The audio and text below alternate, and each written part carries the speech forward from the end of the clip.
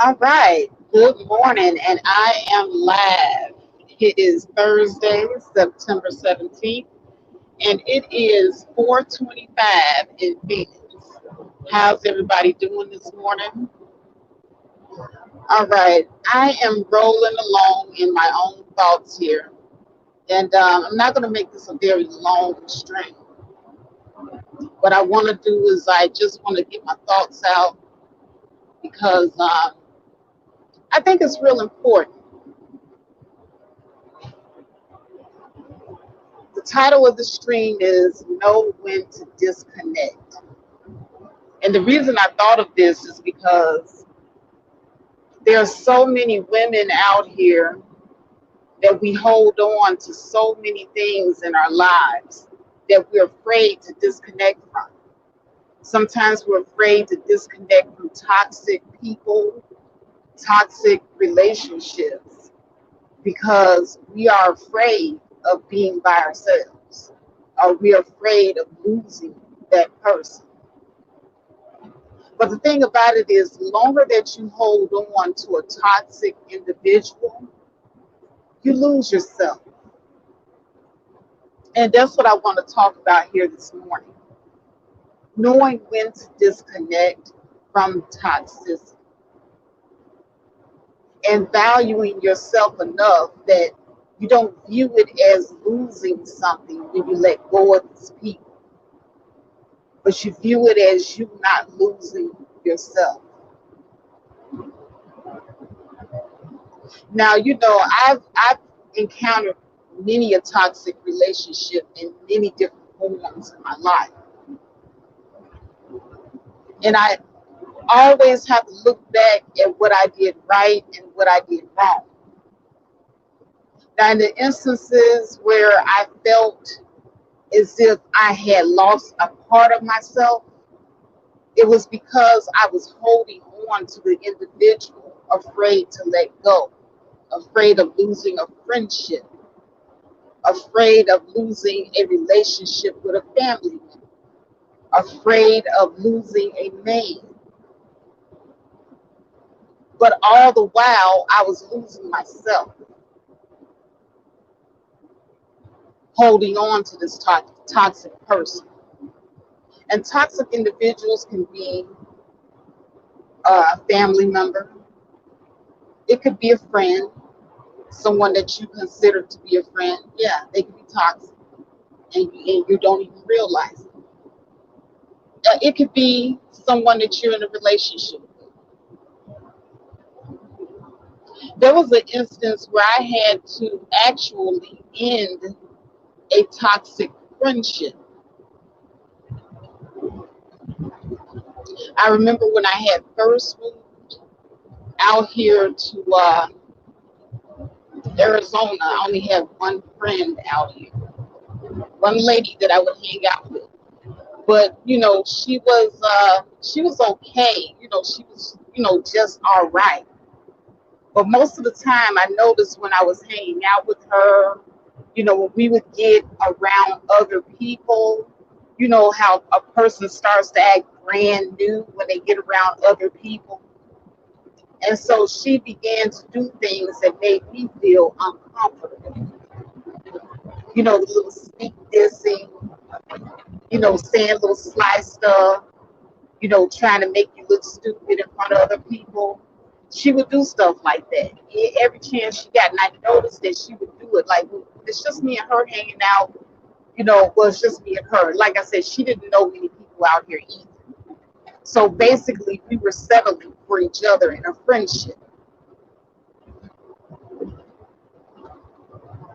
But then when the minute we got around other people, she became a whole nother person, All of a sudden, I started to see her throwing me under the bus a lot, um, belittling. These are all signs that the person has no respect for you, by the way. The person's belittling you in front of other people all the time, sneak dissing you. They always got something sly to say, making a joke at your expense. They're laughing at you versus laughing with you. And because I was out here by myself and I didn't want to be alone, I felt like I needed to hold on to this person because this is the only person that I knew. And I wasn't paying attention really to how I was treating myself and being around this toxic individual.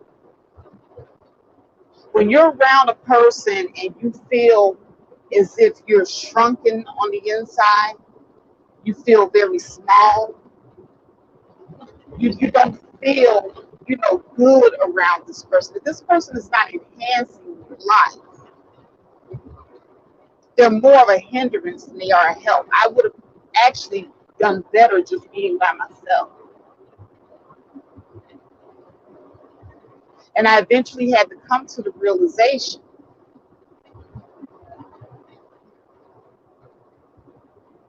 and it takes a lot of strength to know that you can stand alone and be enough.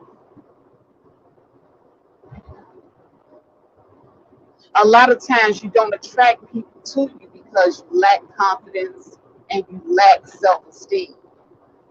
These are all things that are not attractive. And so instead you will attract people who are parasites.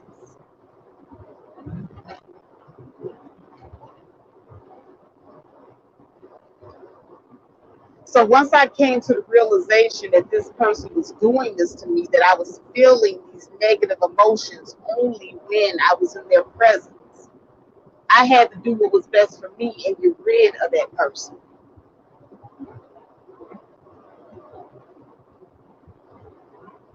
But here's the thing.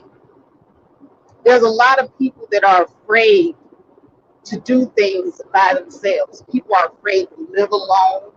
You're afraid to go places alone. You're afraid to be with yourself.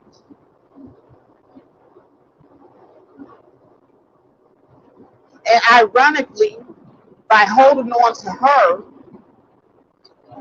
I couldn't make any additional friends because this person was endeavoring to make me look stupid at every turn. Couldn't make any friends with this person around. Soon as I made up my mind that I had had enough of this person and got rid of them, that's when I started networking with other people. That's when I began to pick and choose the people that I wanted in my inner circle. And you have to be very selective about who you allow in your inner circle, who you allow in your life. You get to pick and choose. Don't let the fact that you may be in because I don't know of many people that are in my unique situation because I have a job where I can move to cities and live pretty much wherever I want. But it's a lonely process, especially if you don't know anyone in that city. So making friends, especially at an advanced age, is very difficult. But it's possible. But the key is that you have to be very selective about who you let into your inner circle.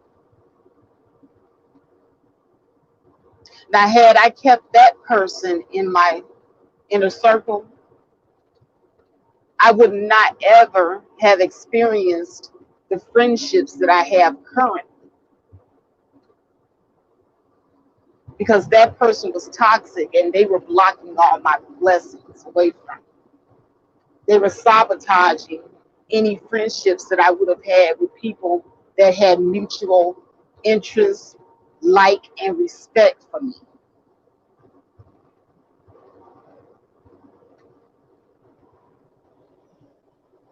Good morning, Nadia, Perfecta Bliss Chaz, B98, and Femininity Overload.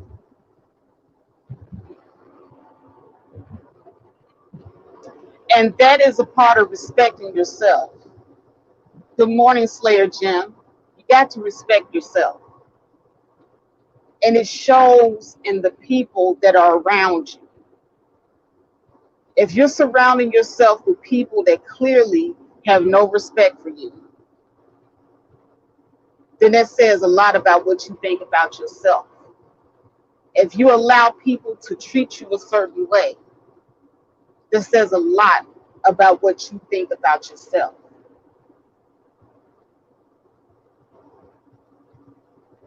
And I'm going to take it a step further because, like I said, you have to know when to disconnect from these toxic people in every aspect of your life, even in your family. There are certain toxic people that you may encounter in your family that belittle you, make you feel less than, and you think that because they're family, you have to deal with them. I used to think like this. But this is my family. You know, I have to deal with them. Family is family. Blood is bigger than water. But every time I had this one particular family member, every time they would come around, they were negative. They had nothing nice to say. And it's nothing that you did to them in particular. And here's the thing. A person can hate on you and you've done nothing to them in particular. It's something that they're dealing with, something that they see in you that they don't see in themselves. And so they'll come around and they'll say little things, do little things to try to disrupt your process, your growth process.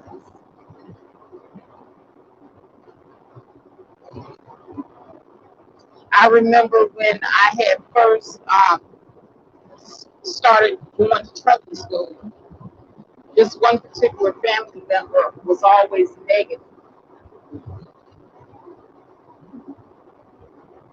Oh, what you gonna do that for? Oh, you're not gonna make it. It took you a long time to get your driver's license. How you gonna drive a truck? This person was very, very negative.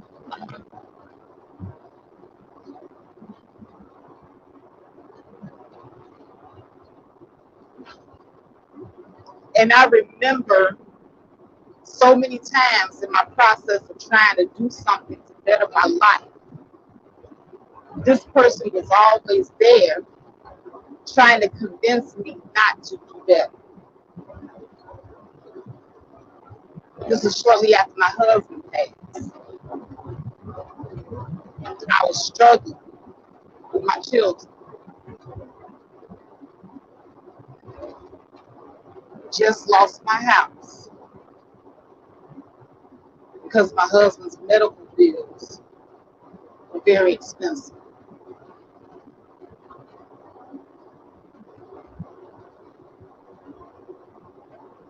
And so I knew I had to do something. We were in a recession. Jobs were not plentiful, and the only thing that was booming was the transportation industry at the time.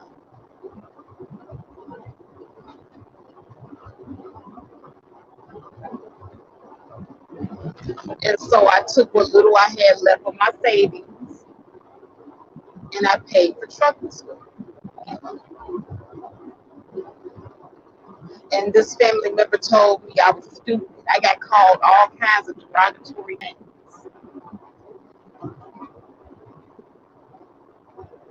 Oh, it ain't gonna work out. You're dumb. You're stupid. I would have never took that money and spent it on that. This is what I was told. Oh, and I was also told that I was negligent.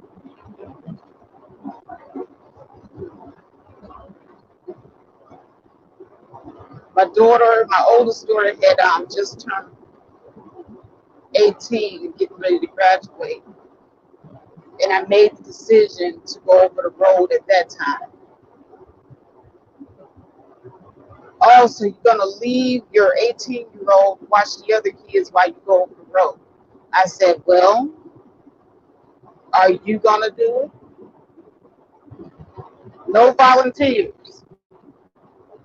And here's the thing, people will sit up here and they will belittle your decisions, but then they don't exactly give you any solutions or offer to help.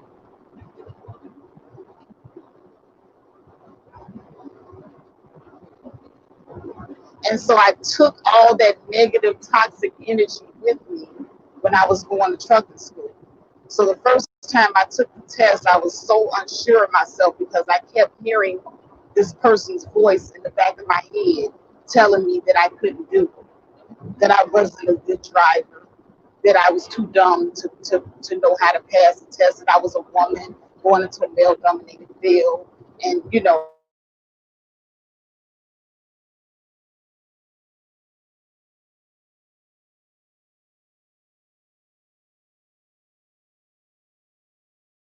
it was all the negative feedback there. And when I failed, they were happy. I told you, you couldn't do it. That's not for you. I told you.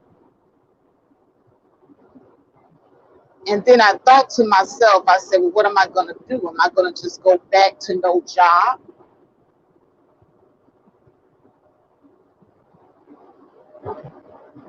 Go back and get on public assistance or something? What am I going to do? So I stayed in trucking school, paid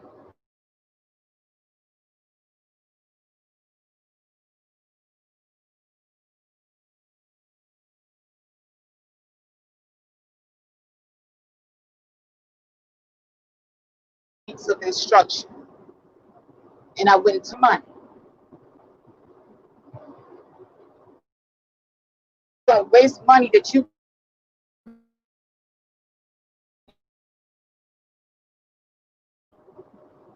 was in my ear every day that I was in trucking school, telling me that I was going to fail.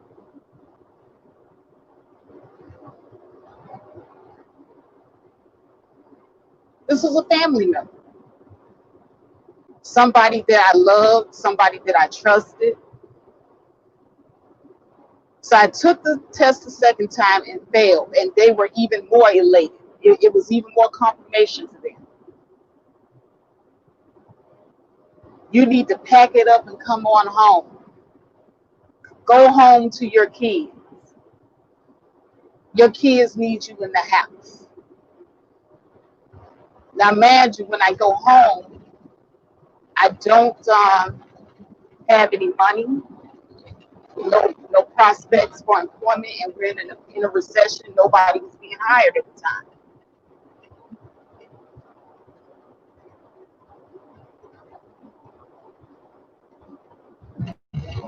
So I said, okay, I'm going to come home. So I went the next day and I told my instructor, I said, you know what? I failed this test 2 times and I'm getting ready to go. And my instructor was this white Polish guy. And he said, so you're just going to leave because you didn't pass the test the first 2 times? And he looked at me with a confused look on his face. Because I had traveled all the way from Chicago to Indianapolis to go to trucking school.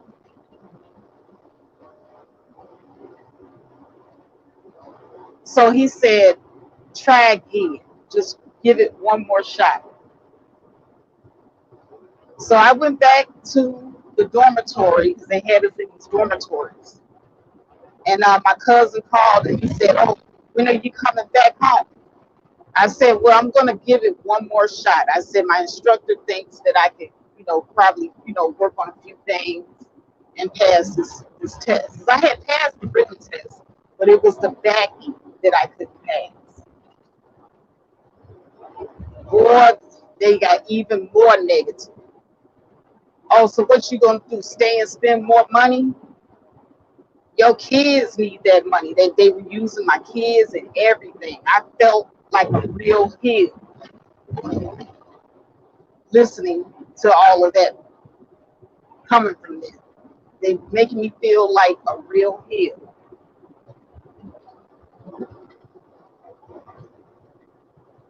And so needless to say, that week I practiced hard, but I kept in the back of my mind thinking that I was doing something wrong because this person had planted that seed.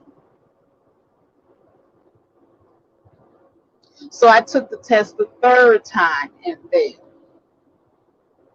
And I want you guys to understand why I'm telling you this, because once again, see, negativity can crowd itself so far into your mind and into your psyche that you unconsciously start believing what the person tells you.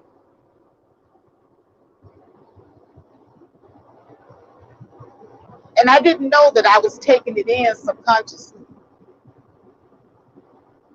The person kept telling me I couldn't do it from the very beginning. And subconsciously, I had began to believe it.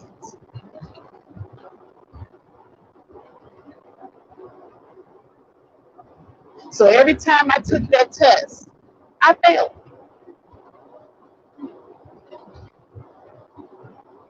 Exactly, Professor Bliss, it becomes a self-fulfilling prophecy. And so the third time I cried, and I went to my dormitory, I started packing my stuff up.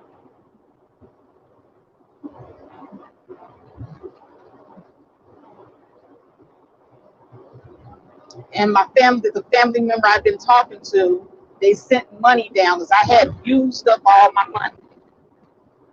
They sent enough money for me to put gas in my car and drive back home. And just as I was getting in my car to leave, that same instructor came. And he said, "What are you doing?" I said, "Well, I took it the third time and, I didn't pass. So I got to go home. I don't have any more money."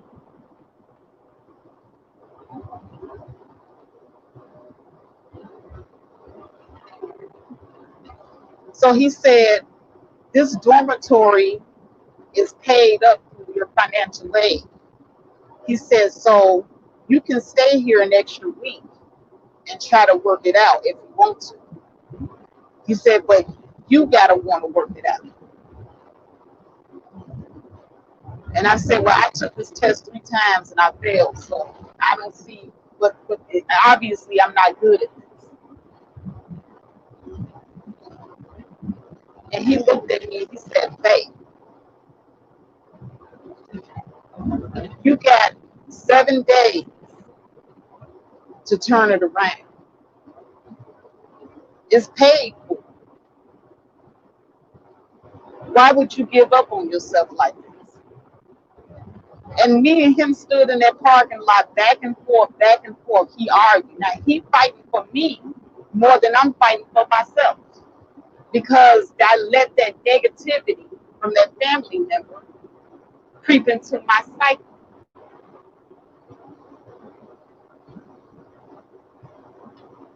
And finally he said, "It's an even bigger waste if you don't use the last week that you paid for." And that made sense to me. So I stayed that extra week just because I had paid for it, not because I thought that I was going to make any difference. So the next day I got up, that instructor had me scheduled to take that test every day that week. Every day I had to go and take the test. So the next day I took it, I failed. My cousin was like, "I don't know why you keep doing it to yourself. You're not good at it. You're not gonna pass it. You're not gonna pass it." So then the next day, he had me out in the lot. He was doing drills with me. And then the day after that, I had to take the test again. Fifth time I failed. Then the people that was you know, out there with me, some of them had come and gone. Some of them had already gotten their CDLs. And they were even looking like, girl, how many times you gonna take this test? I was like, well, I'm gonna just stay this week because I paid for it. But that instructor, he just wouldn't stop. He kept beating that drum. The sixth time I failed. And I had more people telling me something was wrong with me. Why would I keep doing it to myself?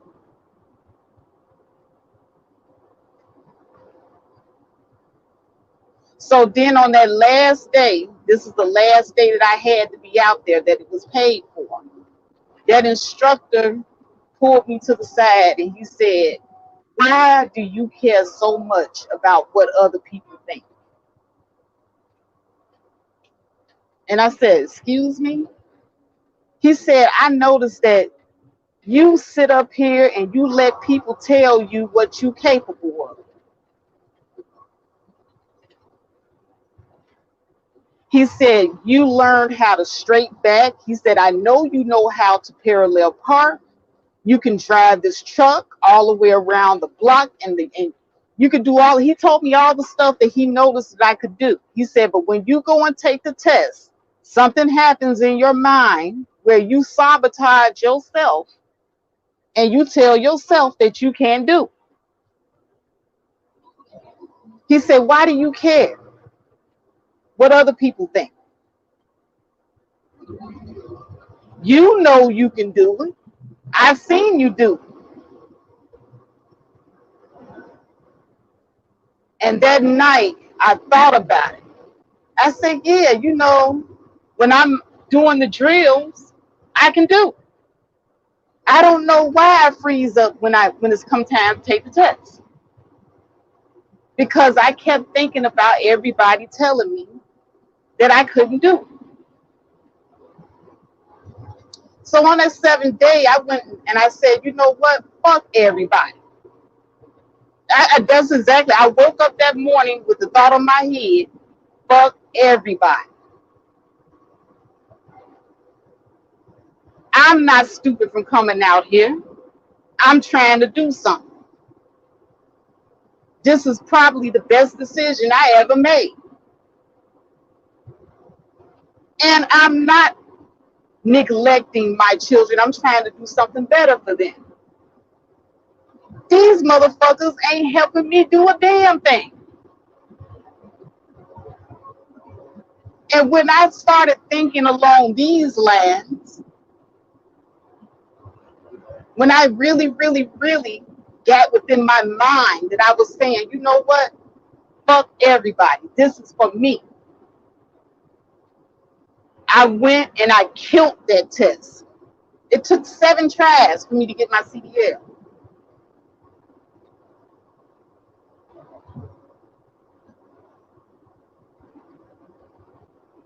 And do you know, when I called back home to tell them I got it, they were less happy for the fact that I got it than all the times I told them that I failed. And when I noticed this, when I noticed that they didn't seem happy, I mean, they had that dry tone. You know that dry tone that a person gets when they heard something that they don't want to hear?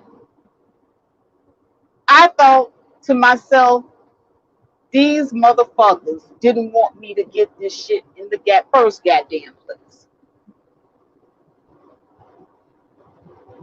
They didn't want to see me succeed from the very beginning. So I started cutting people off.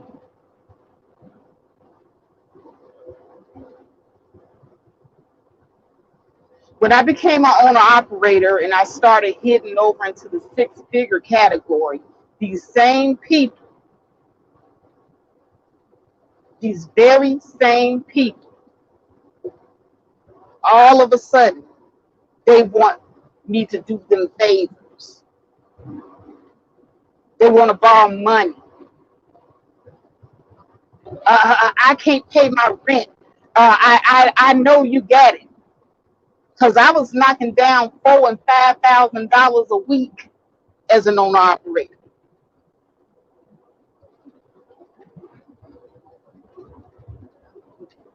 Yeah, I had gotten that good. Paid off all my debts, purchased property and land, send my children to school.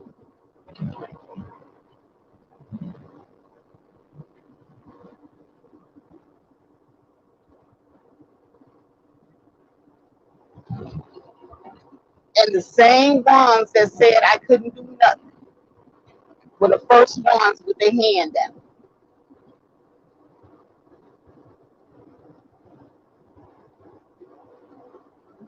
And that's the other thing. You can't help everybody. Your family will bankrupt you before you even have a chance to save money.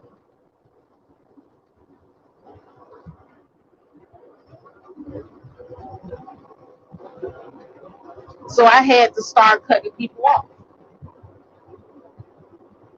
And don't think I didn't hear people saying, oh, now that you done got your little life together, it's real funny that your accomplishments become little. You got your little CDL, you got your little house, you got your little money, you got your little business.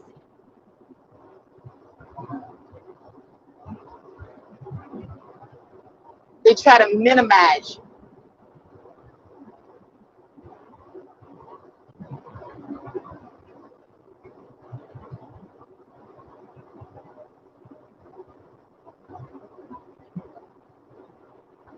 Right, perfectivists? We's family.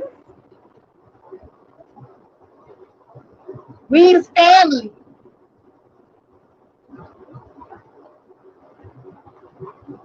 Now I cut people off, starting with that cousin that kept putting it in my head that I couldn't do.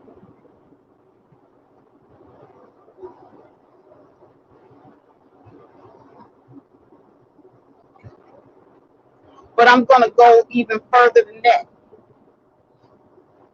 Because, like I said, you have to know when to hit that disconnect button, because these people, these toxic people, they will block you from your blessing. Or they will try. They will damn sure try, because they don't want to see you succeed. They don't want to see you doing better than them.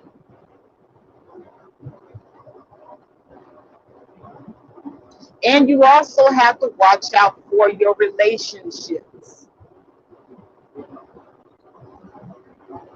Being a woman in a male dominated industry, I'm around a lot of men all the time. Met quite a few guys. One guy in particular, we were both owner operating around the same time. We had just started right around the same time.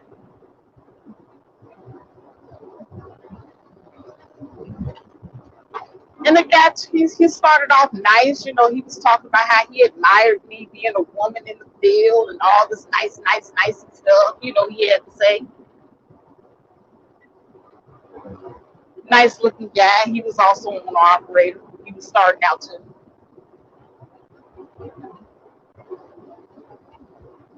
And so what ended up happening was I got what you call a CPA to handle my taxes, handle my business finances. I hired a CPA agency because at that time I was thinking about growing the trucking business into like a fleet.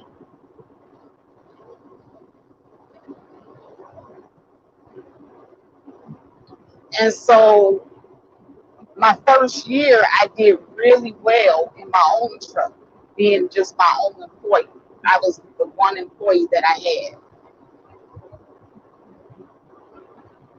And so this guy, he was running into a lot of problems, but he was doing things that he shouldn't have been doing. Like he wasn't putting money away into a maintenance fund. He was too cheap to hire a CPA agent. He was not, taking loads and taking off work. He wasn't really on his grind like that. And so he and I were dating, and every time I hit a milestone in my career, I noticed that this guy was, not looking, like I said, that dry look that a person gets. He was acting kind of dry.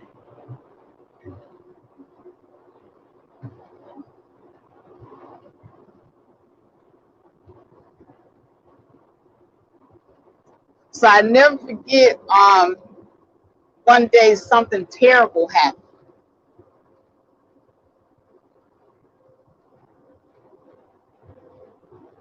I had a really bad blowout with my radiator,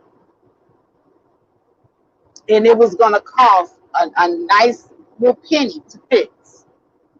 And so my truck was down, and when you're not rolling, you're not making money. So every day that my truck was in that shop, I was losing money. That's a nightmare for an owner operator. So when that happened, I had to go and throw money into my truck to get it fixed because I wanted back on the road as soon as possible so I can get back to making my coins. I gotta put money into the truck, money into the hotel because I got to stay somewhere while they fixing the truck. All of this is eating money out of my pocket every day. And so this guy, when that little mishap happened to me, you can tell when a person is more happy when bad things happen to you than when good things happen to you. When things are going good and I was hitting milestones in my career, he was dry. But then when that happened, I noticed that he had an extra perk in his step.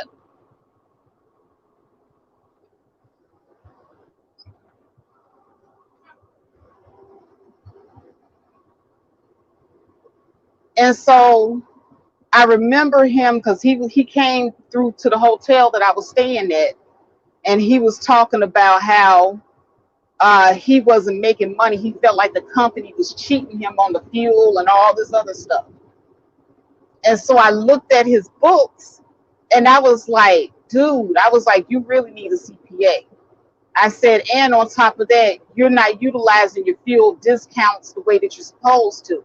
I said, if you would fuel at certain areas, during your trips, you would pay less for the fuel and you would have to, subsidize your taxes. You got to pay attention to where the taxes are high, where you're fueling, and you also got to pay attention to where the fuel is cheap. I said, you're not doing it smart.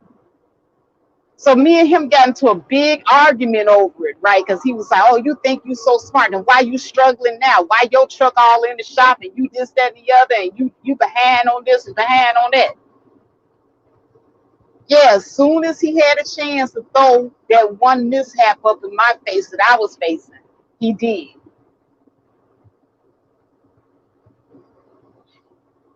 And I had to check him. I said, "Dude, I'm not struggling." I said, because see, you sitting up here thinking that I'm in this hotel and that this is all I get, that I'm living paycheck to paycheck in my truck. I said, but I don't do trucking business like you do. I said, I don't spend all my settlement checks as soon as I get it. I said, dude, I got a maintenance account. I said, right now, I said, I'm paying for those repairs off my maintenance account. And at the time, I had about 20 grand set to the side in maintenance. maintenance funds. So I was cool. Did I want to spend my maintenance funds? Hell no. But I was glad that I had it there. That's what my CPA was there for. My CPA instructed me to put that money away into the maintenance fund. And I was staying in that hotel off my maintenance fund too. So nigga, I ain't never struggled.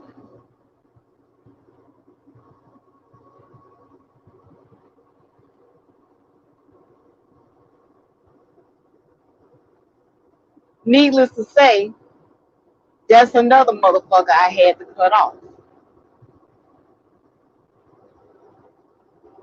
And they will always manifest themselves. It's just that over the years, I had gotten really good at identifying the haters, the people that I had to learn to disconnect from. And oh yeah, it was lonely being out there on the road by myself.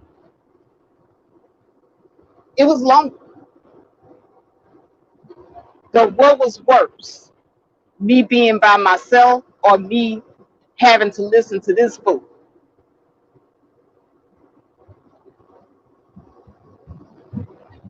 What say you? Any of you down there listening? What would have been worse, being alone or having somebody like that around? Just so I can say I got a man.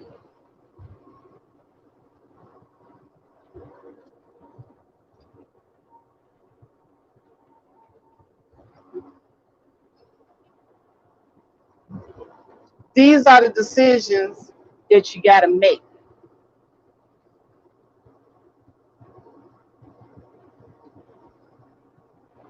Thank you, Doug, for the $5 super chat. I appreciate you.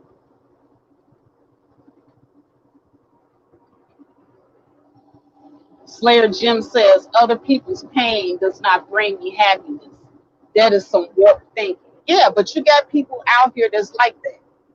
You got people, and the thing about it is, we all do it on some level or another, whether it be conscious or subconscious. We have a little hater in all of us. So I'm not going to sit up here and say that I have never hated on anybody before, but you have to be able to be honest with yourself and recognize it. Because see, once you're able to recognize it within yourself, you can see it in other people.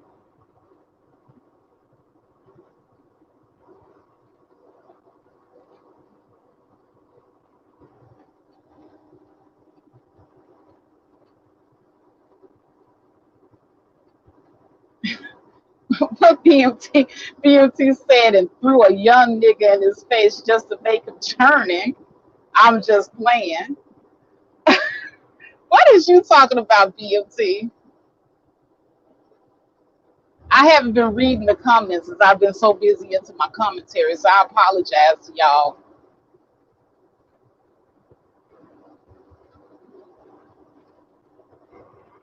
But yeah, you have to know when to hold them and you got to know when to fold them and walk away.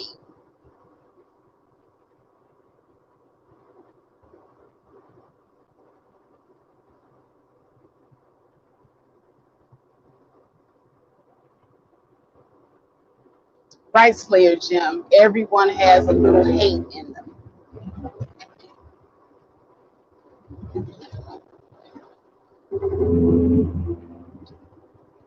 Water Sniper says at Faith, when you recognize a family member that is gritty and quick with slight smile on their face to hear some type of bad news or losing your job, get away from that person immediately. Yes. And Water Sniper, you ain't said nothing but a word. Like I said, I'm talking about lessons that I learned, but this is back when I was younger, when I was first starting out. But I learned to do those things. Oh, now, my cutoff game is very, very tight. And it gets to the point now when people tell me, damn, you quick to cut a motherfucker off. Yes, I am. Life is too short to be surrounding yourself around toxic people. Because understand, you're not going to fix that person. You're not going to be able to change their mentality. That person has to change that within themselves.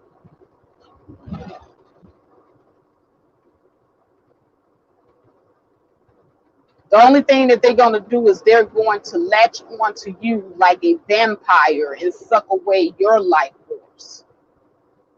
And that's something that I'm just not going to allow to happen.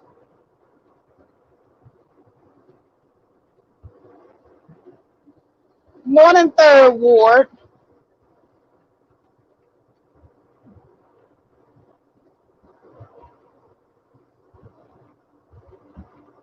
But so many times, like I said, I have had to do the cutoff. That's the reason why, when people sit up here and they tell women, oh, you're going to be alone, you're going to die alone.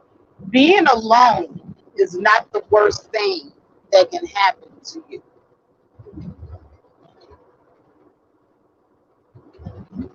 Sometimes when you start collecting these trashy, garbage people in your life with the fear of losing out on something, you will lose out on something. You lose yourself.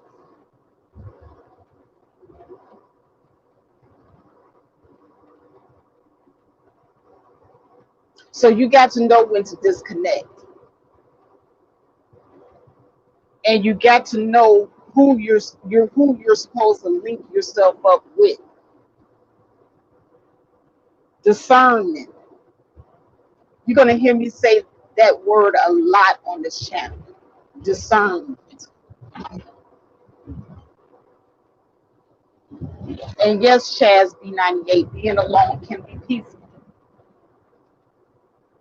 But I have a full life full of friends, real friends, full of family, the ones that love and respect me. And I have men in my life that love and respect me too. But I pick and choose them. I don't sit up here and just settle just because I'm afraid to be alone, afraid to go without. When you start living your life in fear like that, fear will have you making terrible life choices, and it will stunt you.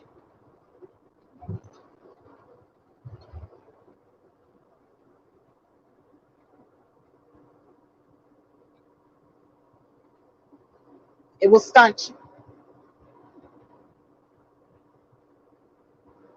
And don't do that to yourself. You owe yourself more than that. And this goes for both men and women, but I'm mostly speaking to women, especially on the relationship tip, because it is women that are told the most. We're threatened with the whole, you're gonna die alone. That's the last thing any woman wanna hear, that she gonna die alone. You were born alone. All of us were born alone.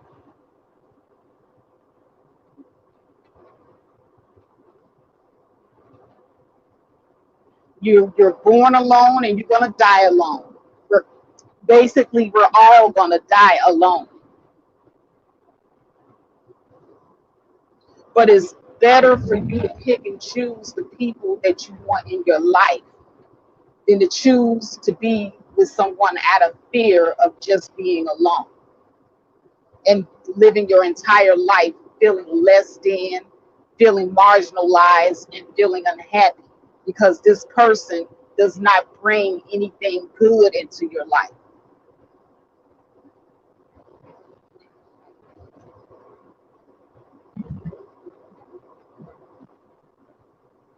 I know a lady now that spent damn near the majority of her life holding on to toxic people. And now she's hitting into her 70s. And she just now learned to let those toxic people go. And now she's living her best life at 68. She had a husband that was abusive mentally and physically, family members that did nothing but use her as a mule for the family, taking her for granted. And at the age of 68, she finally said enough, left her husband, got her own place, and now she's finally happy. And she said, I should have did this a long time ago. My only regret is that I did not do it sooner. I wasted so many of my years being unhappy, trying to please other people, holding on to these people that didn't mean me no good. You do not want to be an old person before you recognize this.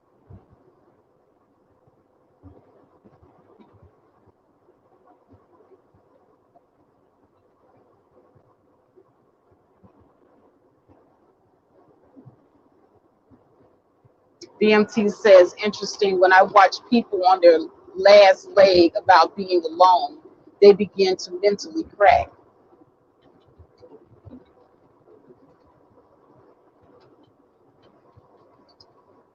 Yeah, like I said, it's a mental thing. If you think that being alone is the worst thing that's going to happen to you, then I put it like this: happiness is a state of mind. It's a state of mind, and you have complete and total control over it. Just like you can control your environment.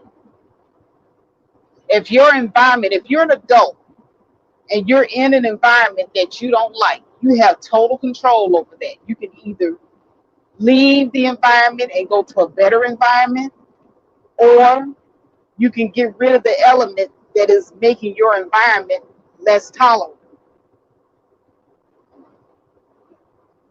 You got total control over that.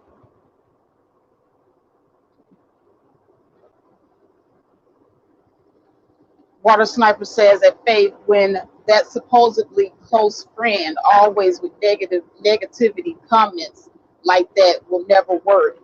Don't you think somebody tried that already? Do you think opening your business will actually last? Yeah,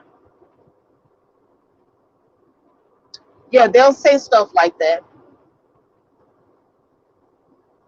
They'll say negative kind of comments like that'll never work. Don't you think somebody tried that already? Do you think opening your business will actually last? These are actually things I've actually heard. And it's so funny. These are actual statements that I've actually heard in my life. And you got to get those type of people away from you. And someone said it earlier. That's the reason why you do not announce all your moves, because there are people that do not want to see you succeed, and they will do everything that they can to try to stop you from succeeding. Now they know they can't, physically stop you, so they'll do the next best thing, and they'll try to deter you. They'll be negative. They'll drop little seeds of doubt in your mind. You do not need these type of people around.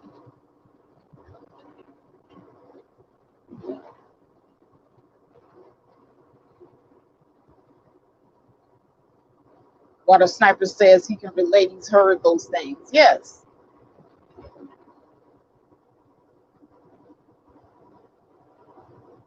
And I'm telling you, and it's because these people, if you look at their lives, a lot of them have not accomplished anything themselves. And so it's like you all are at the same level. I'm going to tell you exactly what it is. You're at the same level. Because everybody that I've been around that was ever negative to me about what I want to do, we were at the same level. Just like that girlfriend that you hang out with, you all are both single, you're at the same level. But then as soon as you get in a relationship with somebody, all of a sudden, here come your girlfriend. Damn, girl, you can't spend no time with me no more. You just got with that guy and just forgot all about me. Damn, girl, this, that, and the other. It's always something negative. Because, see, she doesn't want you elevating to the next level. She wants you right there with her. Misery loves company. Same thing with men. You may find a real nice lady, wifey material, best woman you ever had, and you'll have some nigga in your ear. Oh man, she ain't really like that. She just a thought, just like the rest of them. You can't trust none of these bitches. They all hoes because y'all at the same level, and he don't want to see you elevate. Get that good woman. Get in a relationship. And pay attention, because there have been some instances where guys had listened to their homeboys and they dump good women, good girlfriends. They dump them. As soon as they dump them, here come their homeboy. Well, you don't mind if I holler at her. But hold on. I thought she was a hoe and a thought and all this other stuff. Right, Slayer Jim? They say stuff like she for the streets. It's just your turn. They sitting back waiting on you to do something stupid like get rid of that woman so that they can move in.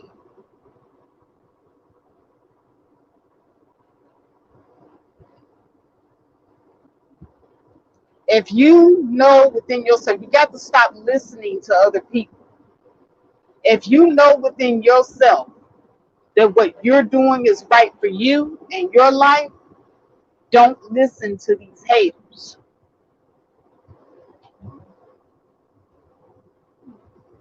You have to know when to disconnect from these haters. And I'm not saying that you necessarily have to stop being friends with them, but some people you just gonna have to, put them in a category. Some people can't be in the inner circle. Some people are just associates. They serve their purpose for certain things, but they're not the people that you take advice from or listen to.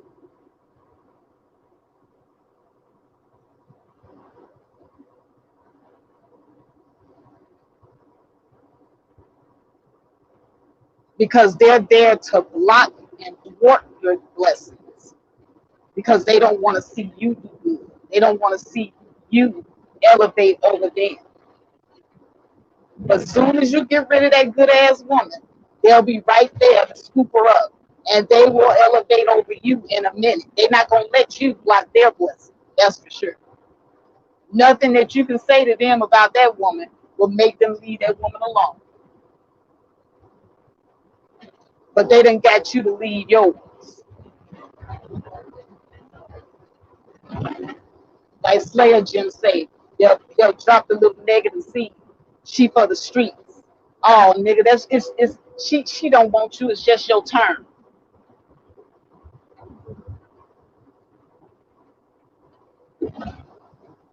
What's up, love wisdom?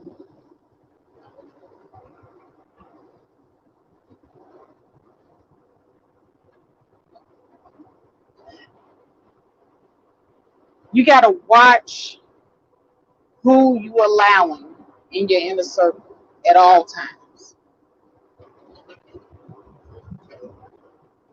You gotta watch who you're taking advice from. And you especially got to know your own strength.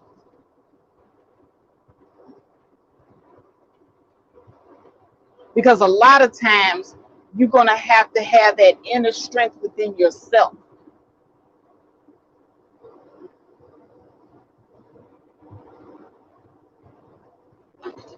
Because if you look outwardly all the time trying to get validation, you may not get what you're looking for. You may end up finding something else from somebody that's trying to sabotage.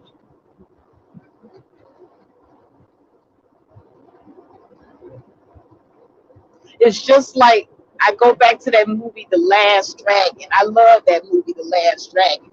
Remember Bruce Leroy? Bruce Leroy was looking for the master. And his sensei had told him, hey, you know what? I've taught you everything that I can teach you. And he said, yeah, but I need to find the master.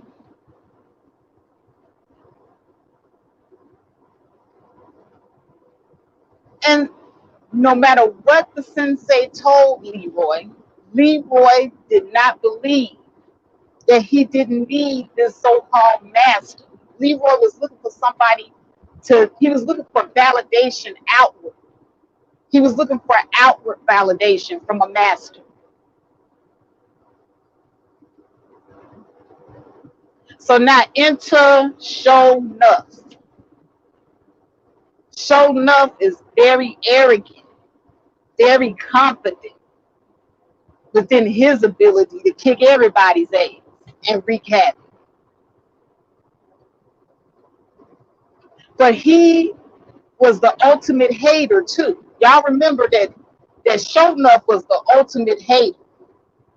And he saw something in Bruce Leroy that intimidated him. And so of all the people that he could fight, he wanted to take out Bruce Leroy. Y'all remember that movie? How many of y'all watched The Last Dragon?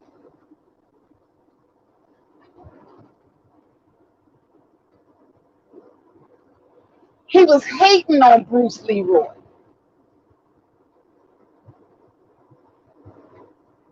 Bruce Leroy was a humble man. He had a little small dojo. Bruce Leroy didn't even have no girlfriend at the time. He was just going about his little happy life, looking for the master. But Bruce Leroy had a silent strength that he didn't even know he possessed. And he didn't recognize within himself. He had a glow,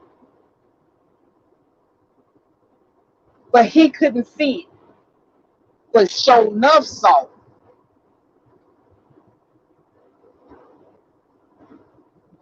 Exactly, Slayer Jim. He wanted Bruce Leroy's spiritual power. See, sometimes you could be walking around with this glow and you don't even realize that you have it. You have this light. And your haters, even if you don't realize that you have this light, your haters see that you have this light.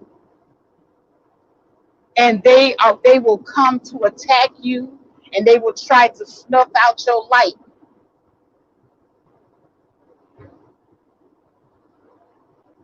And that is what Show Nuff was trying to do to Bruce Leroy.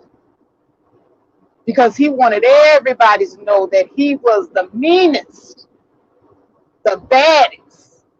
He was the Shogun of Harlem.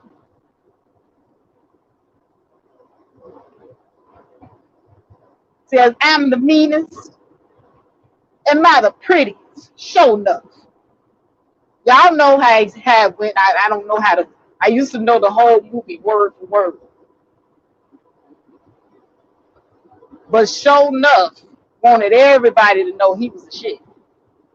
But here come Bruce Leroy with his light. And then when he was in the middle of doing his little spiel, am I the meanest? Show Nuff. Am I the prettiest? Show Nuff. He was in that movie theater. And then this little boy interrupted him and he said, I know who can beat you. And he was in that movie theater, and he said, "Who said that?" And then they pointed at the little boy. He walked up to the little boy and picked him up. "What did you say? I know who can beat you." Because like I said, other people, they notice your movement. They can see your light. The little boy saw Leroy's light.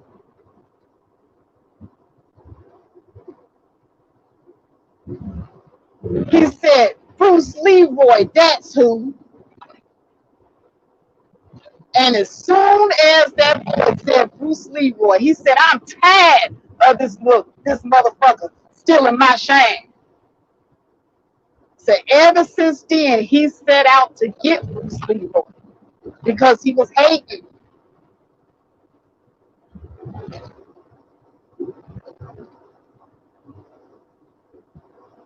He was hating. Meanwhile, Bruce Leroy walking around looking for the master.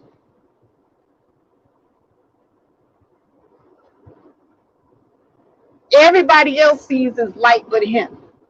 Even his brother. And that's the other thing. Bruce Leroy's little brother was a hater too. Bruce Leroy was surrounded by some haters, y'all. And this is an example of your family hating on him. Because that brother was showing up hating on him. So he had the haters on the outside and he had the hater in his family.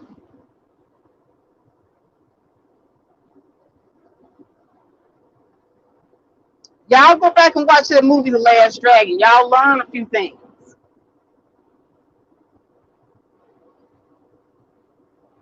And his little brother talking about something. "You just a cornball." Real negative. Every time he looked around, his little negative behind. Because he knew his little behind wasn't shit.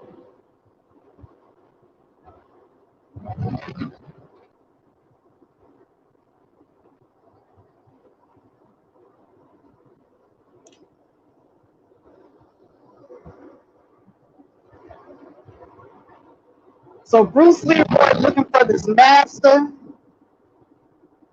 and he went to the fortune cookie company, and he found out that there was no master. His sensei had lied to him, sent him out on a blank mission to find the master. And he went back to his sensei and said, "Why would you lie to me? Why would you do this to me? You sent me over here, and it wasn't no master." He was so upset.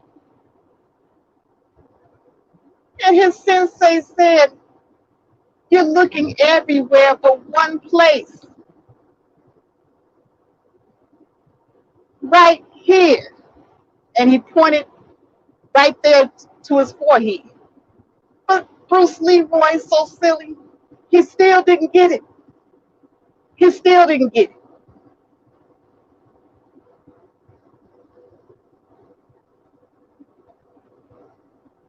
But then into the woman, because it's always going to take a woman to open a man's mind up. And she said, "You sure look like a master to me." Because women, we know men that got that potential. We know men that got that potential. We recognize it. We recognize the cornballs, the real cornballs, from the real masters. And she told Leroy, "You sure look like a master to me." Because Leroy was kicking ass and saved her behind a couple of times. So he was demonstrating that he was the master. He was a protector.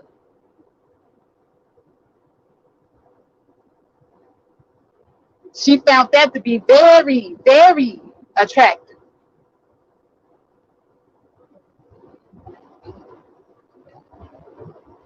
So now, sure enough, then set it up where he gonna go and get Bruce Leroy. He kidnapped Bruce Leroy girl, kidnapped his brother, and Bruce Leroy got to face shown up, and he's scared. He kind of don't. He's kind of feeling, a little self-conscious about his abilities. Because, sure enough, he cocky. He's the meanest, he's the prettiest, he's the shogun of Harlem.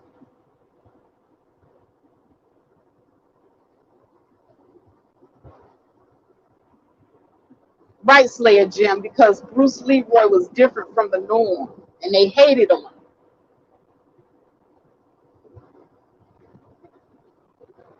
So now Bruce Leroy had a special ability to catch bullets with his teeth.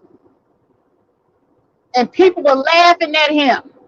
They were laughing because he said he could catch bullets with his teeth.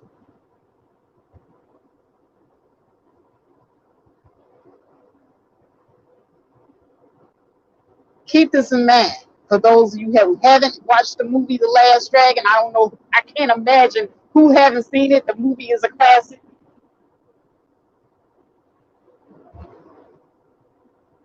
Just like I had the ability to pass that test the first time because I had been doing it. I had been doing all the backings when we were out there on the course. I could do all that stuff. Bruce Leroy had been catching bullets with his teeth.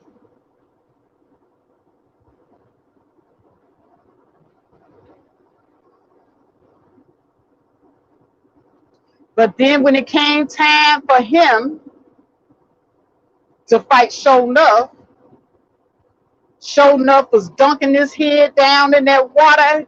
Who's the master?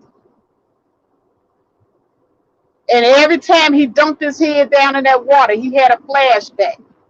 His woman said, "You sure look like a master to me." Who's the master? Dunk his head down in that water. His sensei told him, "You're looking everywhere but one place." Who's the master? He kept having these flashbacks. And finally, that last time, Sho'nuff dunked his head in that water, he finally got it. Who's the master, Leroy? He said, "I am." And you could see the glow. And he proceeded to whoop Sho'nuff's ass. He finally realized who the master is. It's you. You're the master of your own destiny.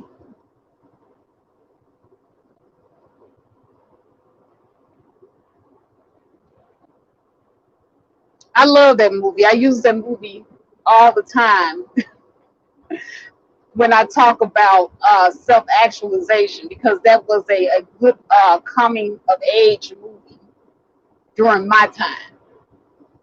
Very inspirational. Very inspirational. Thank you, Arab Black.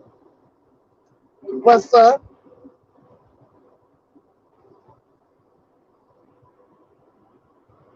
So I want to leave you with this inspirational note. You got to know when to disconnect your mind. See, it's not even just your body or your presence from these haters, but you have to know when to disconnect your mind. Because see, this is the thing. These people will have your mind, and when these people got your mind, they got you. They got control. You don't. You have to disconnect your mind from these haters and know that you are the master. You are in control of your own destiny. Period. Period.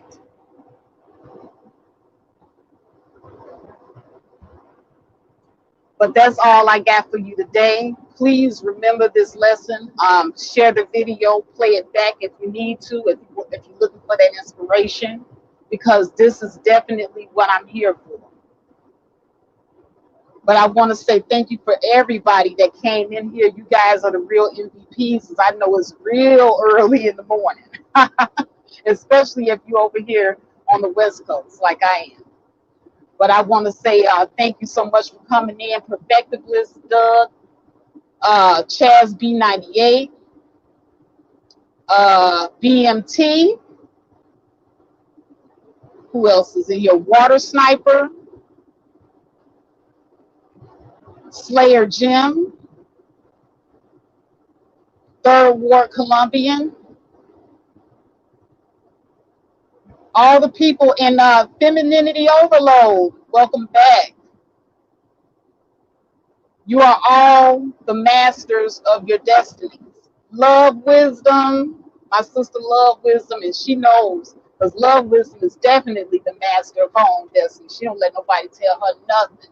I love that in that sister.